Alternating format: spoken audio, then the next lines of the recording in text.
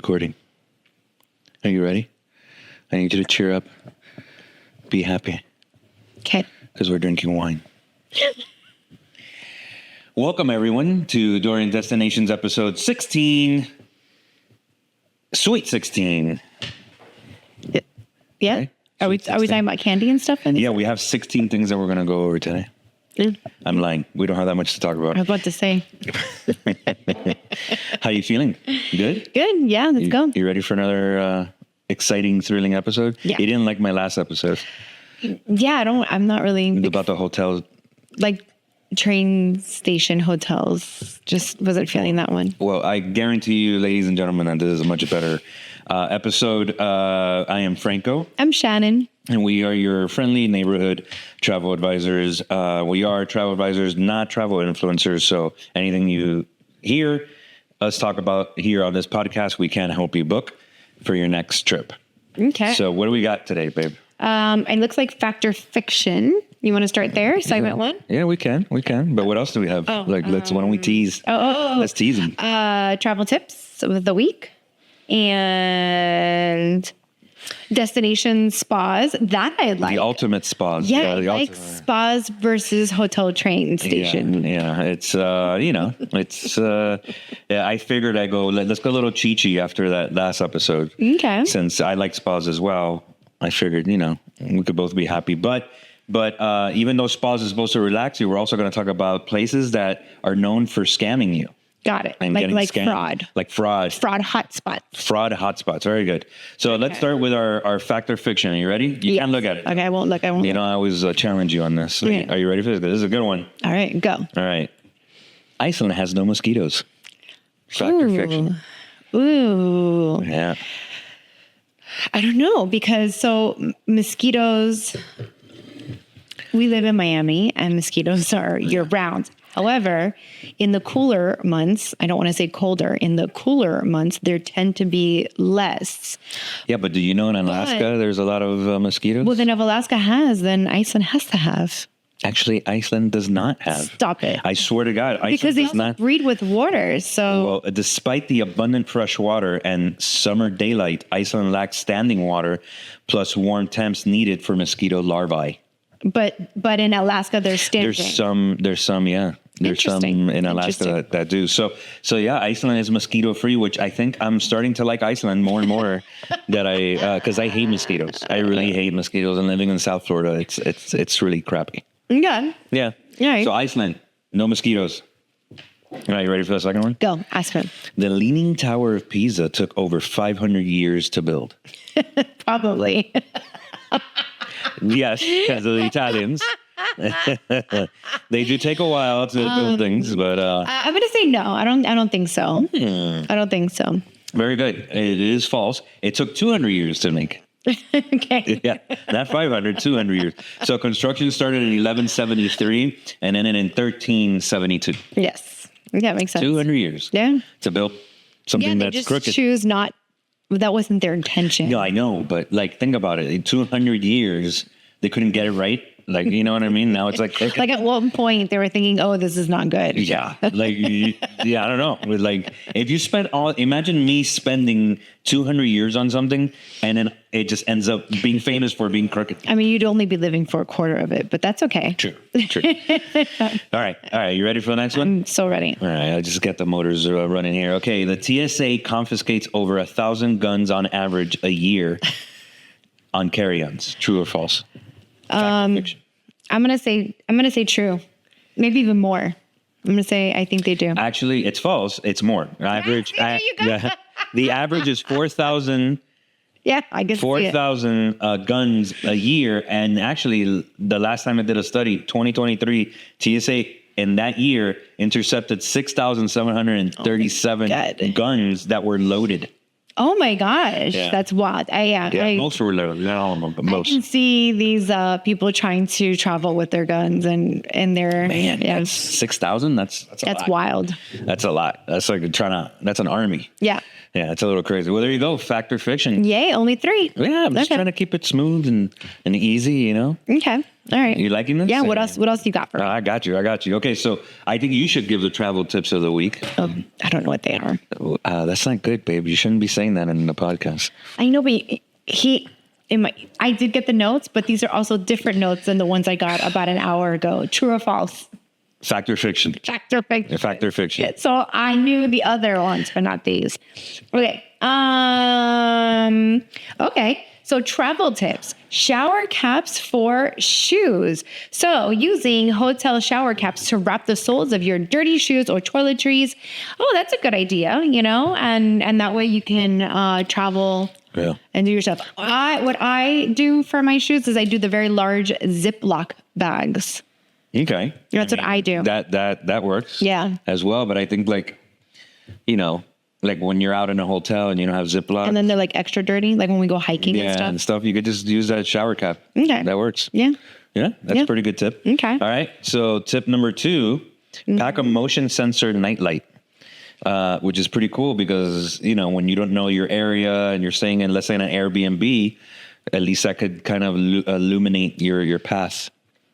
I was thinking differently. What were you thinking? What were you thinking? I'm just trying to safety first. If an intruder comes into your hotel. Got it. So you're thinking more of a murder. Yeah. So I'm going to come and get me. This is not the murder podcast. This is the travel podcast. We just pull you in. Okay. So third tip. Shop at local grocery stores. We always do that. That is a huge thing, especially when you're with children and stuff. Always pack, head out, go local grocery stores. Plus, they have the better stuff. We do in Italy with get the cheeses and the prosciutto. The prosciutto, as you say. Yeah, I agree with this one because, again, first of all, the money that you spend on restaurants, and if you eat breakfast, lunch, and dinner in restaurants, you're gonna go broke very quick. Go to your local deli, the local supermarket, and actually, to your point, you're gonna find some nice. Yeah, we even get a couple bottles of wine for the hotel room or wherever we're staying. Another tip that I like to do too, and that I've been doing the last couple times, I don't travel with toiletries. I always try to see where we're at, and then I'll just pick up the stuff that I need over there that I know that they're gonna have. Obviously, if there's medicine and things like that, or something very specific, but a lot of times I've noticed that you can get deodorant kind of anywhere, and I just feel that it's just I have more space in my bag, and it started because I did it by accident, and then I just kept doing that, and I find some really cool things, lotions and stuff that we don't have. I don't know, that's kind of risking it for me. Yeah, because I know me, I need a particular deodorant. So then, I need a good deodorant. Then not right. Like I'm saying, it's not for everything, but like your lotions and things like that. I'll give you an example. I didn't travel with lotion, and then we went to the drugstore that was there, and we ended up getting the best lotion to the point where I've even brought home with me about 5, even my girlfriend that came with us, and we're obsessed with it. I would have never done that or tried something new, so those things, toothbrush, everybody has a toothbrush, those little things. Sure. Girly stuff. Well, yeah. I know. I take the risk. I don't know. I can't take that risk. I'm a girly girl man. Like I need my certain products. She's a girly girl man. Yeah. Well, there you go. Nice 3 tips of the week from Dorian Destinations travel tips. If you need more information or more tips, hit us up. We'll be more than happy to give it to you. And since he's such a girly girl man, he should lead the next segment. Oh, I will. For spas. I just want to say something about this. This man was not into spas. He had never got a massage before. And on our honeymoon in Costa Rica, we had this beautiful hotel that we stayed at, and I booked a couple's massage, and that was it. He was a changed man. Yeah, it was great because typically spas and massages have like the ambient sound of pecan. What do you call those? Those birds with the big noses? Toucans. Yeah, toucans making noises and birds and the rainforest. And the crazy thing is that we were literally in the rainforest and we didn't need that. It was all open. Yeah, it was I think outside. I passed out and snorted my life away. And that was it. He loves spas. Yeah, spas are great. And I think, honestly, believe it or not, vacationing is exhausting. It is exhausting. So sometimes you need a little spa treatment in between your travels. So what we're going to list right now are some of the most awarded and transformative spa destinations in the world. Should we go backwards, or is that last one the best one? It's really not like in any it's order. yeah, this Okay, is not, just it's not random. number one is number one. This is we selected 5 from a list of 18. So these are 5 that we thought was pretty cool and we also wanted to pick some in Europe, Asia, the Americas, mix it up a bit. Noted. Okay, so you want to take the first one, my cucurucho de maní? The first one is in Mexico. It is Rancho La Puerta, and this is an all-inclusive spa resort. It goes for $4,500 for the week. All-inclusive? All-inclusive, and it's located on a 4,000-acre private estate. So it's actually, so I'm so confused. So it's in Baja. It's in the Baja California part of Mexico. And it's one of the actually one of the world's original wellness places. Oh, yeah, as hiking, yoga. They've been around since 1940. Yeah, it's beautiful. So it's pretty cool. Cooking classes, which I love to do. Art, meditation, mindfulness workshops. Beautiful. So great. This is good for like a girl's getaway, a couple's honeymoon, maybe mother-daughter. So they each all have their own casitas with a little... like a theme? Yeah, it's like a little house. Then you have your own little like garden patio as well. So it's like you have your little casita, little house. Is it $4,500 per person or for the week, all inclusive, which is not bad. You have over 80 fitness classes on there. That includes all yoga. R&R. Yeah, organic farm-to-table cuisine from Mexico. You better believe that I'll pay every penny for that. So it's one of the, and it's very luxurious. Actually, it's very beautiful. So I recommend it. Yeah. There you go. You want to? Oh, you want me to do it again? Yeah, I want because I like you setting it up. Okay. Our second one is also in California. It's not also in California. Well, the other one is in Mexico. This is California. It was like. It's the other Mexico, California. So this one's in Ranch Malibu, and it's also an all-inclusive, and this one's a little bit more pricier. It's $9,000 for the week, and luxurious boot camp. It's tucked away in the Santa Monica Mountains. They have hikes, yoga, daily massage, 4-hour hikes. Daily 4-hour hikes. Full body diagnostics. Yeah. So they really and digital detox. So no phones are allowed, which is great. And then 7 to 9 day programs. So on weight loss, endurance, and wellness. So it's very targeted. It's a very targeted, wellness retreat. So you're going to get a lot of data on your body. It's really targeted to actually lose weight and get healthy real quick. I mean, I just love the daily 4-hour hikes and strength training. That goes with it. It's a little pricey, $9,000 a week though. That is pricey. I just feel like I'd rather leave the country and do a spa somewhere else for that money. Yeah, but it's Santa Monica. You don't like, you said you love Santa Monica. I do like, out of all of California, like Santa Barbara and Santa Monica. All right. Well, there you have it. The Ranch Malibu. It's right there in Cali. God, you could be like Malibu Barbie and Ken. No, not for $9,000. It's not Ken enough. I don't have enough money. God. Anyway, so the next one, you said you wanted to go out of the country. The next one is Chiva-Som in Hoi Hin, Thailand. $6,000 for a week, and it varies on program and room tier. But it's set in the Gulf of Thailand. Chiva-Som is a serene international acclaimed spa where guests follow personalized wellness journeys guided by doctors, nutritionists, and practitioners. So again, it's very, very highly focused on it's very geared and targeted, which is great. I love how they're like programs. They're not just. Yeah, it's not just you're there and there's like a goal for each one, which I like. They do have comprehensive wellness assessments, which is great. So you go in there, they assess you, and then they kind of mold your week based on your health needs and wellness needs.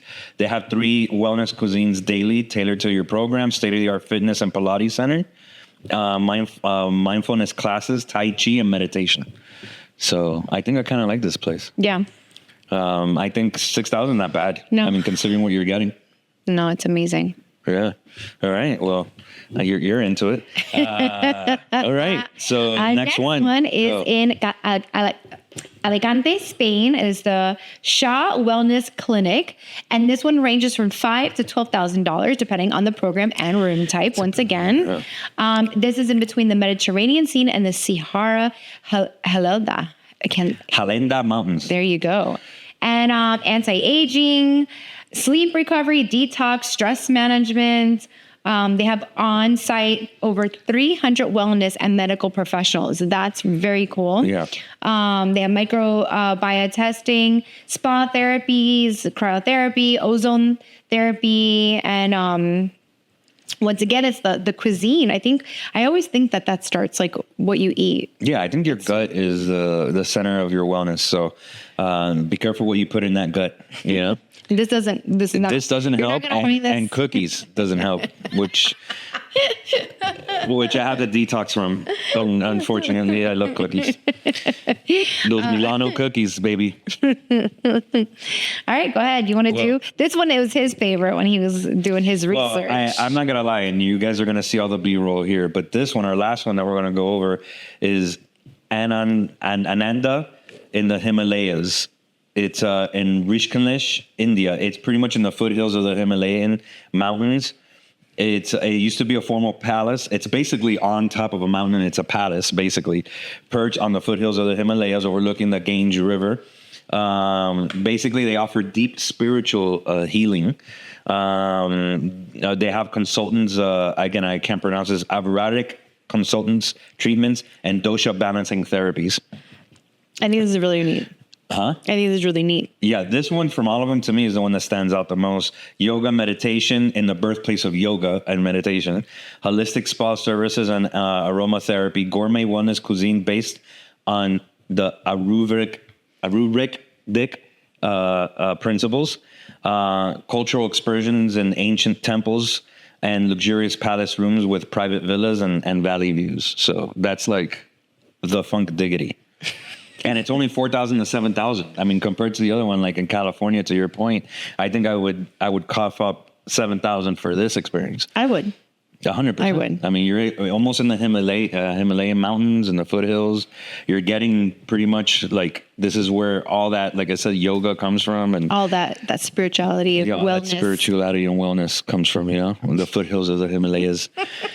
So, I mean, you want to give them the travel advisory tips after our list, right? Yeah. Or? So, I mean, we specialize in custom wellness journeys, including post and pre-excursions. So if you were to do something wellness like this, there's always a pre and post traveling that you should be doing, not just flying in for the 1 week and to visit all these places. You should be doing some extra dabbling in. So we do everything, the airfare, everything, the wellness, transfers, excursions. We got it. You want it, we got it. Right? Man, you need some coffee today. Woo! All right. So Second 4, baby. You see, look, this has been the fastest episode so far that we've been doing because my wife is in need of coffee, I think. No more wine. Okay, so this is segment 4, where basically we want to talk about the travel fraud hotspots from the past year. So these are the top countries with the highest travel fraud reports, as per MasterCard. The credit card, they did a report on the biggest fraud places. I think this is really important. I think everybody should read about these before they do travel, regardless where they're going.